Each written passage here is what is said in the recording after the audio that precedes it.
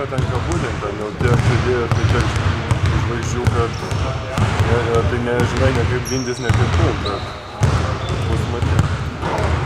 Vins metus. Prieš ką galima galbūt? Silpna pusė jų, sakykime, greičiausiai bus gynyba, nes jie ten tokios žvaigždės, kad nelabai nori pultis. Visi tik nori pulti ir ten kas gauna kamuolį, tai nutraukti derinti, tas mes tai to ir tai bandysim tai naudoti. Turi panašumus apie Spilberį? Jo, kažkiek, tai gal ten daugiau yra to tokio noro pasirodyti, kad mes iš ką gaunam prizą.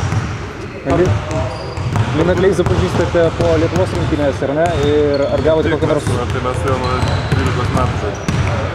Ar gavote kokią nors konkrečią užduotį jį stabdyti? Negavom nieko, jis žaidžia 4 numerio pozicijoje, tai čia ne mano pozicija. Artūrai, gal žinosit, kaip Liną išvesti iš kantrybės?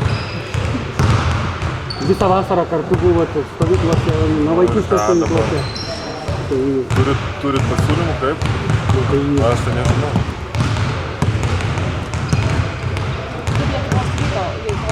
Pasvara vis dėlto 2 pergalės, toks puikus startas. Ar pakelime esat komanda? Kaip čia pasakė, tai pakelime.